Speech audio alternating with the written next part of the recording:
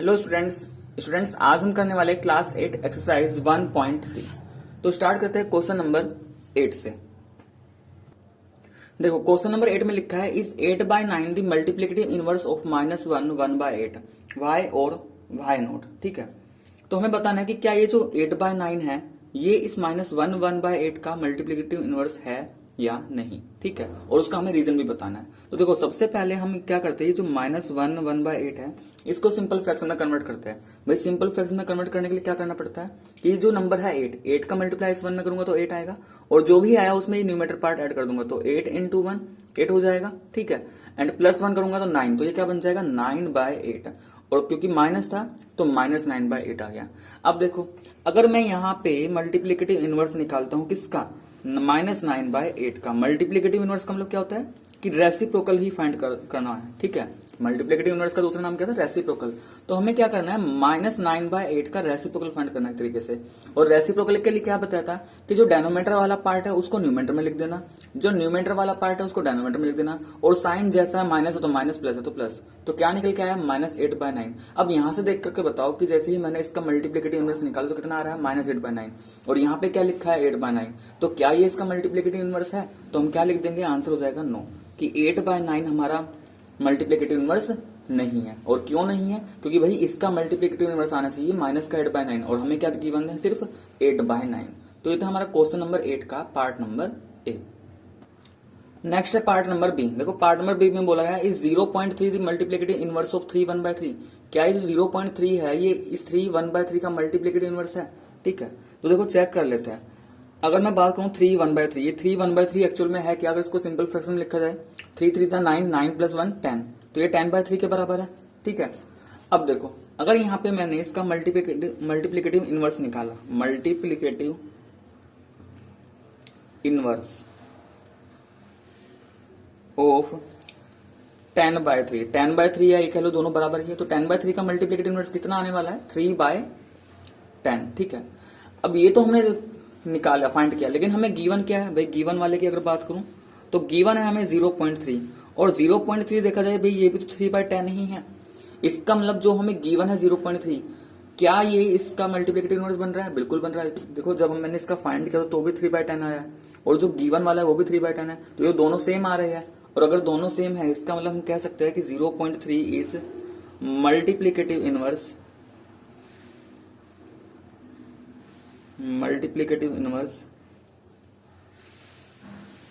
Of 3 1/3। ठीक है, तो ये क्या हो जाएगा, इसमें यस हो जाएगा। आंसर में इसमें वही यहाँ पे नो दे रखा है तो ये बिल्कुल गलत है।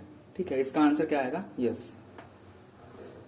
Next question number 9। देखो क्वेश्चन नंबर 9 में लिखा है simplify the following using appropriate property, also mention the property used. ठीक है, देखो यहाँ पे हमें कुछ दे रखा है, इसको हमें क्या करना है, सिंप्लीफाई करना है। अब ध्यान से देखो यहाँ पे ये इधर देखो, इसमें इन दोनों में एक चीज कॉमन दिखाई दे रही है, और क्या है, -3/10। भाई -3/10 मल्टीप्लाई में यहाँ पे भी है, और -3/10 मल्टीप्लाई में यहाँ पे भी है। ठीक है, तो क्या मैं दोनों तरफ से -3/10 कॉमन निकाल लूं, भाई -3/10 क्या करेंगे, कॉमन निकाल लेंगे। जैसे ही कॉमन निकाला तो देखो यहाँ पे क्या बचा, मल्टीप्लाई, यहाँ पे क्या बचा 5/6, तो 5/6 ब्रैकेट में आ गया, प्लस इधर क्या बचा, -3/10 तो बाहर पहुंच गया, क्या बचा 2/3। अब ये देखा जाए मैंने कौन सी प्रॉपर्टी यूज की है, यहाँ पे ये प्रॉपर्टी यूज है यहाँ पे डिस्ट्रीब्यूटिव प्रॉपर्टी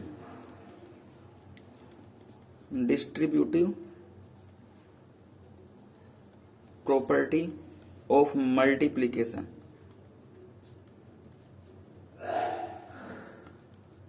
ओवर एडिशन।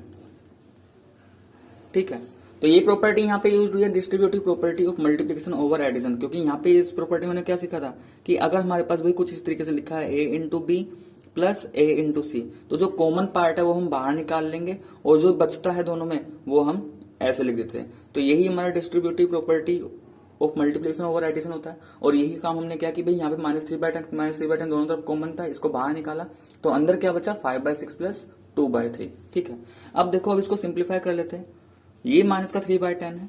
ठीक है, मल्टीप्लाई 5/6 और 2/3, भाई एलसीएम कितना आ जाएगा, 6 और 3 का 6 आ जाएगा।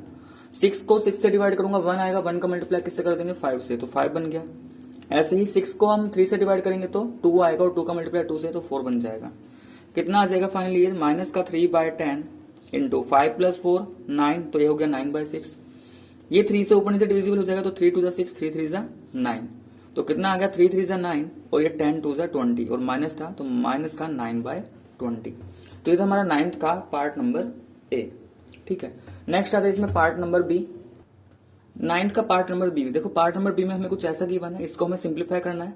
ठीक है, और कौन सी प्रॉपर्टी हम यूज करने वाले उस प्रॉपर्टी को मेंशन करना है। अब देखो एक प्रॉपर्टी हमने पढ़ी थी कि a into b minus a into c किसके बराबर होता है, कि दोनों में a कॉमन है तो a बाहर आ जाता है, मल्टीप्लाई यहाँ पे बचता है b, तो b आ गया ब्रैकेट में, फिर माइनस है तो माइनस आ गया, और यहाँ पे c बचता है तो c आ गया। तो ये कौन सी प्रॉपर्टी थी, distributive property of multiplication over subtraction. जब यहाँ पे माइनस साइन होता है तो ओवर सब्ट्रैक्शन होता है, जब यहाँ पे प्लस होता है तो ओवर एडिशन। तो इसी प्रॉपर्टी का यूज करके ऊपर जो गिवन है देखो 5/12 5/12 दोनों तरफ से कॉमन, तो 5/12 को तो हम निकाल लेंगे बाहर।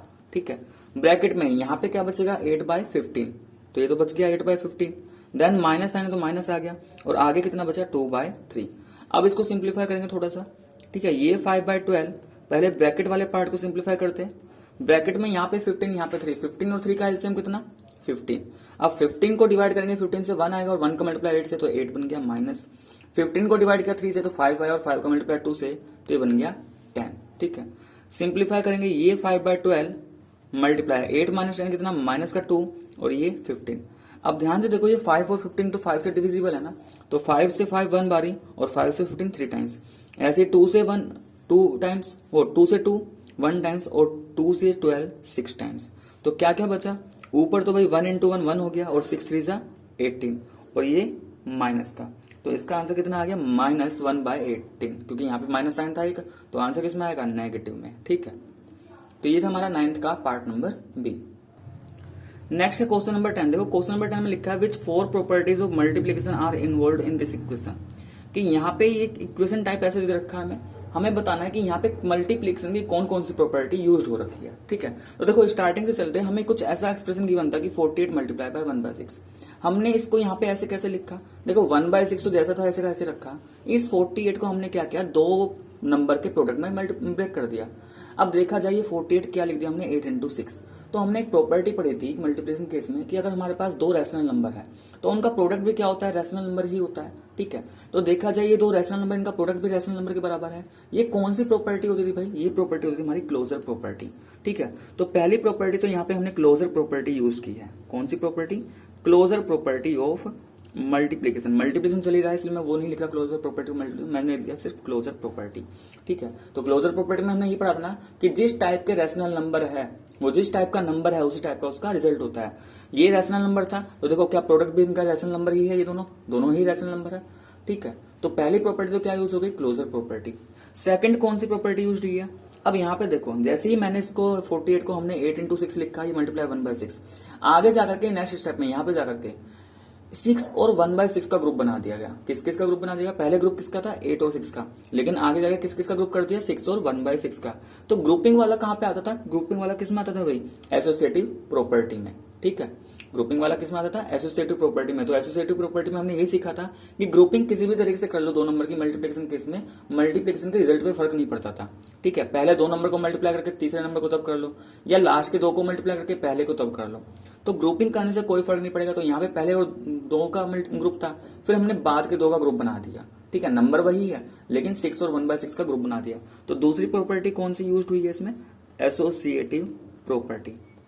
ठीक है, तो सेकंड प्रॉपर्टी यूज हो गई इसमें। अब आगे आते हैं, जैसे ही यहाँ पे आए फिर क्या किया भाई, ये 6 इंटू 1/6 को यहाँ पे क्या लिख दिया 1 लिख दिया। अब ये 1 क्यों लिखा, तो देखो 1 इसलिए लिखा भाई जब भी हम किसी नंबर का मल्टीप्लीकेशन उसके मल्टीप्लिकेटिव इनवर्स से करते हैं तो रिजल्ट हमेशा क्या आता है 1। जैसे एक नंबर है 2 का रेसिप्रोकल या ये कहूं मल्टीप्लिकेटिव इनवर्स कितना होगा 1/2 होगा, और जब दोनों की मल्टीप्लाई करूंगा तो क्या आएगा रिजल्ट 1। तो यहाँ पे भी तो ऐसे ही है, नंबर क्या है 6 और 1/6 क्या है 6 का रेसिप्रोकल या ये कहे मल्टीप्लिकेटिव इनवर्स। तो इन दोनों का प्रोडक्ट हमेशा क्या आने वाला है 1 आने वाला है। तो नंबर और नंबर के मल्टीप्लिकेटिव इनवर्स का प्रोडक्ट कितना आता है 1। तो तीसरी प्रॉपर्टी कौन सी यूज हुई इसमें, मल्टीप्लिकेटिव इनवर्स। ठीक है, थर्ड प्रॉपर्टी कौन सी यूज हुई है, मल्टीप्लिकेटिव इनवर्स। तो ये तीसरी प्रॉपर्टी हो गई। अब लास्ट में देखो, लास्ट में कौन सी है 8 इंटू 1 हमने लिखा 8। तो ये क्या है, ये भी एक प्रॉपर्टी है, लेकिन ये किसकी प्रॉपर्टी है, ये है मल्टीप्लिकेटिव आइडेंटिटी। भाई मल्टीप्लिकेटिव आइडेंटिटी हमने क्या पढ़ा था कि किसी भी नंबर का मल्टीप्लिकेशन अगर हम 1 से करते हैं तो रिजल्ट हमारा क्या रहता है, सेम रहता है। ठीक है, तो 1 क्या है हमारे लिए मल्टीप्लिकेटिव आइडेंटिटी कि कोई कुछ भी नंबर हो उसका अगर मल्टीप्लाई 1 से किया जाए तो जिस नंबर की मल्टीप्लाई कर रहे हैं वही नंबर हमारे पास आ जाएगा। जैसे 8 का मल्टीप्लाई 1 से किया तो 8 ही आएगा, 7 होता तो 7 मल्टीप्लाई 1 7 ही आता, -2 है तो -2 मल्टीप्लाई बाय 1 -2 ही आएगा। तो यहाँ पे कौन सी प्रॉपर्टी यूज होगी इसमें, मल्टीप्लिकेटिव आइडेंटिटी। ठीक है, तो इस पूरे इक्वेशंस में ये 4 आइडेंटिटी यहाँ पे यूज हुई है, 4 प्रॉपर्टीज यहाँ पे यूज हुई है। पहला क्लोजर प्रॉपर्टी, दूसरा एसोसिएटिव प्रॉपर्टी, तीसरा मल्टीप्लिकेटिव इनवर्स और चौथा है यहाँ पे मल्टीप्लिकेटिव आइडेंटिटी। ठीक है, नेक्स्ट आते हैं क्वेश्चन नंबर 11 पर। देखो क्वेश्चन नंबर 11 में क्या गिवन है, find a if a is rational number and a into a बराबर ए। देखो ए इंटू बराबर ए ये हमें ऐसा एक इक्वेशन दे रखी है, हमें क्या करना है, इसमें ए की वैल्यू फाइंड करनी है। अब ए की वैल्यू कैसे फाइंड करेंगे, देखो ये ए इंटू ए है, इस ए को अगर मैं एलएचएस में लेके आऊंगा तो साइन चेंज होगा तो माइनस का ए बनेगा, इधर क्या बना, कुछ भी नहीं तो 0। अब ध्यान से देखना, क्या इसको मैं कुछ इस तरीके से लिख सकता हूं, ए इंटू ए माइनस, भाई ये ए है, ए में किसी भी नंबर में 1 का मल्टीप्लाई करोगे क्या कुछ फर्क पड़ता है, कुछ भी फर्क नहीं पड़ता। ठीक है, अब ध्यान से देखो इन दोनों में यहाँ पे ए दोनों का कॉमन, तो ए तो मैं बाहर निकाल ले रहा हूँ, बचा क्या, यहाँ पर ये ए बचा माइनस यहाँ पे ये 1 बचा बराबर 0। अब ये बताओ भाई, अगर 2 नंबर है, मान लो a इंटू बी ऐसे करके 2 नंबर जिनका प्रोडक्ट 0 आ रहा है, तो 2 सिचुएशन हो सकती है भाई, 0 आने के लिए या तो पहले वाला 0 हो जाए, या 0 अगर प्रोडक्ट लेके आना है तो दूसरे वाला 0। अगर a एंड b में से 2 नंबर में से कोई भी नंबर 0 हुआ तो प्रोडक्ट तो हमारा 0 ही आना है। तो यहाँ पे भी ऐसे ही है, a into multiply by a minus 1 है 0। तो 2 सिचुएशन हो सकती है, या तो ये जो पहले वाला नंबर है यही 0 हो जाए, या जो दूसरा नंबर आ रहा है a माइनस 1 ये 0 हो जाए। और जब मैं a माइनस 1 को सोल्व करूंगा तो ये लीनियर इक्वेशन बन गई, ये माइनस 1 कहाँ जाएगा, उधर जाएगा, तो a बराबर क्या बन जाएगा 1 के। तो यहाँ पे a की वैल्यू क्या आई, या तो a 0 हो सकता है या फिर a की वैल्यू क्या हो सकती है 1। दोनों ही केस में ये इक्वेशन क्या रहेगी हमारी, बराबर रहेगी। ठीक है, ये था हमारा क्वेश्चन नंबर 11। नेक्स्ट चलते हैं क्वेश्चन नंबर 12 पर। देखो क्वेश्चन नंबर 12 लास्ट क्वेश्चन है इस एक्सरसाइज का। ठीक है, क्वेश्चन नंबर 12 में लिखा है find the reciprocal of 16/25 in exponential form. भाई 16/25 एक हमने नंबर दे रखा है, हमें इसका क्या निकालना है, रेसिप्रोकल निकालना है। अब देखो रेसिप्रोकल तो हम निकाल देंगे, कोई इतनी बड़ी बात नहीं है। अभी रेसिप्रोकल के लिए मैंने क्या बताया अभी कि जब भी किसी रैशनल नंबर का रेसिप्रोकल निकालना है तो डेनोमिनेटर न्यूमरेटर में लिख दो और जो उसका न्यूमरेटर है वो डेनोमिनेटर में, तो रेसिप्रोकल तो आगे बढ़े आराम से, कोई दिक्कत नहीं। लेकिन इसमें बोला गया है in exponential form. Exponential form का मतलब इसको मुझे पावर वाली फॉर्म में लिखना है, तो भाई इसके क्या करो, प्राइम फैक्टराइजेशन कर लो। देखो 25 के प्राइम फैक्टर 5 इंटू 5 होते हैं। ठीक है, अब ये तो ये छोटे छोटे नंबर इनका तो पता ही कर सकते हो। ऐसे 16 के जब प्राइम फैक्टराइजेशन निकालेंगे तो 2 मल्टीप्लाई बाय 2 4 टाइम्स आएगा। अब पावर कैसे लिखेंगे, यहाँ पे कौन सा नंबर रिपीट हो रहा है 5, कितनी बार रिपीट हुआ 2 बार ही, तो 5 की पावर 2। नीचे डेनोमिनेटर में कौन सा नंबर रिपीट हो रहा है 2, कितनी बार रिपीट हुआ 4 बार ही। ठीक है, तो 2 की पावर 4। तो ये क्या आ गया हमारा रेसिप्रोकल आ गया किसका 16/25 का। तो ये 16/25 का क्या है, रेसिप्रोकल ही है, बस ये किसमें है, एक्सपोनेंशियल फॉर्म में है, पावर फॉर्म में। ठीक है, तो स्टूडेंट्स यहाँ तक एक्सरसाइज 1.3 हमारा कंप्लीट हुआ। तो अगर आपको वीडियो पसंद है तो प्लीज वीडियो को लाइक करें, शेयर करें। ठीक है, और बाकी कोई भी डाउट हो तो आप मुझे कमेंट करके बता सकते हो।